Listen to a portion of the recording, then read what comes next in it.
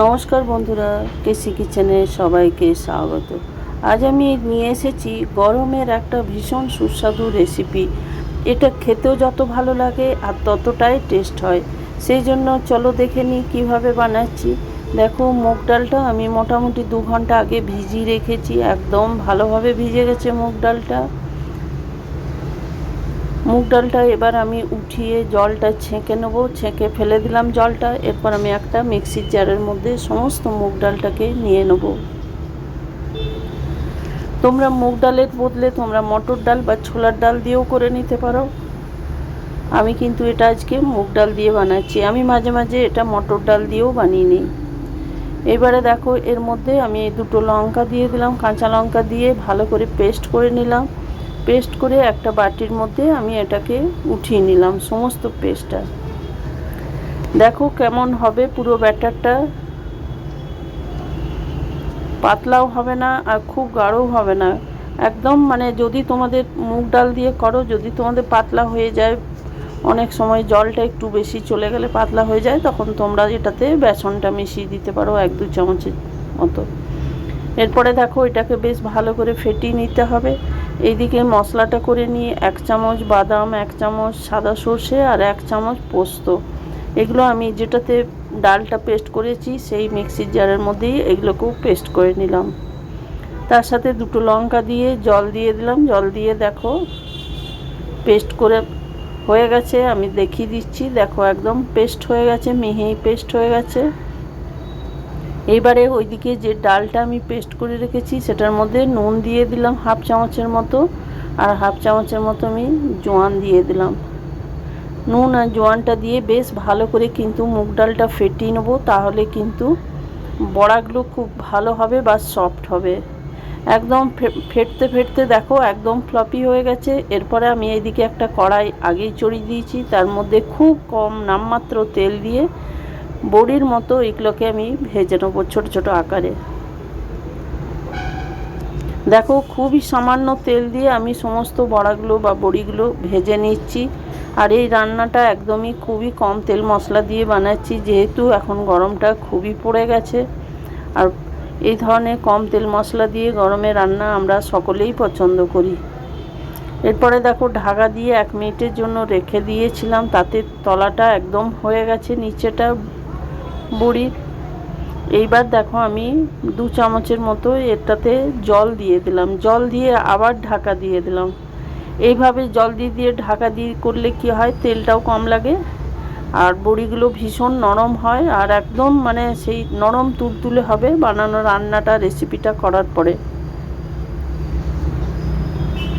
দেখো একদম তলাটা হয়ে গেছে। হয়ে যাওয়ার পর সমস্ত বড়িগুলো বা বড়াগুলো আমি উল্টে নিচ্ছি। এটা কিন্তু মিডিয়াম আঁচ করে আমি করে গেছি। হাই একদম করা চলবে না, তাহলে সমস্ত বড়াগুলো পুড়ে যাওয়ার ভয় থাকবে। দেখো উল্টে দেওয়ার পরে আরও ঢাকা দিয়ে 1 মিনিটের জন্য রেখে দিলাম। এবার সমস্ত বড়াগুলোকে আমি উল্টে পাল্টে ভালো করে ভেজে নিলাম। তোমরা তো বড়ার অনেক রকম রেসিপি বানাও বা খাও, এইভাবে একদিন আমার মতো বানিয়ে দেখো, খেতে অসম্ভব ভালো লাগে। গরম ভাতে তো দারুণ লাগে এরকম রেসিপি।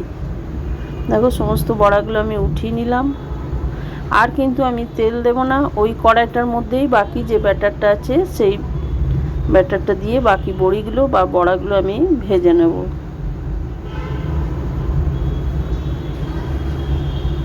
তবে এটা লো টু মিডিয়াম আঁচে করে যেতে হবে, না হলে কিন্তু, যেহেতু তেল না দিয়েই আমি বড়াগুলো করছি। দেখো সমস্ত বড়িগুলো আমি দিয়ে দিলাম। এবার আমি কিছুটা জল দিয়ে দিলাম। জলটা দিয়ে দেওয়ার পর ঢাকা দিয়ে রেখে দিয়েছিলাম। তারপরে দেখো উল্টানোর সময় আমার ক্যামেরাটা একটু অফ হয়ে গেছিলো। দেখো বড়াগুলো একদম সুন্দরভাবে কিন্তু উঠে গেছে। আর জল দিয়ে করলে কিন্তু মুগ ডালের বড়া খুব সুন্দর হয়। আর যারা একদমই তেল মশলা খুবই কম খাও, তাদের জন্য তো এটা ভীষণ ভালো। এরপরে দেখো উঠিয়ে রেখে দিলাম। ওই কড়াইয়ের মধ্যে 1/2 চামচেরও কম একটু তেল দিলাম, তার সাথে কালো জিরে ফোড়ন দিয়ে দিলাম। কালো জিরেটা ফোড়ন দিয়ে দেওয়ার পরে একটু ভেজে নিলাম কালো জিরেটা। এইবার একটা টমেটো কেটে রেখেছি আমি ওইদিকে লম্বা করে, সেই টমেটোটা আমি দিয়ে দিলাম। একটা মিডিয়াম সাইজের টমেটোকে কেটে রেখেছি। এই টমেটোটা একটু বেশ মোটা মোটা লম্বা লম্বা করে কাটতে হবে, তাহলেই কিন্তু বড়ার সঙ্গে খেতে ভীষণভাবে ভালো লাগবে। টমেটোটা দেখো একটু বেশ নেড়ে চেড়ে ভেজে নিলাম। ভেজে নেবার পর ওইদিকে যে বড়িগুলো বা বড়াগুলো ভেজে রেখেছি সেইগুলো আমি টমেটোর মধ্যে দিয়ে দিলাম। দিয়ে দেওয়ার পর বড়াগুলো আরেকটু বেশ ভালো করে ভেজে নিতে হবে।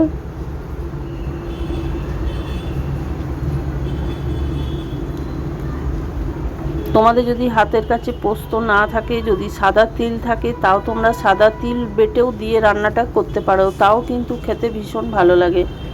এরপরে দেখো বড়াটা আর টমেটোটা ভাজা হয়ে গেছে। এবার আমি ওইদিকে যে মশলাটা করে রেখেছি সেই মশলাটা আমি দিয়ে দিলাম।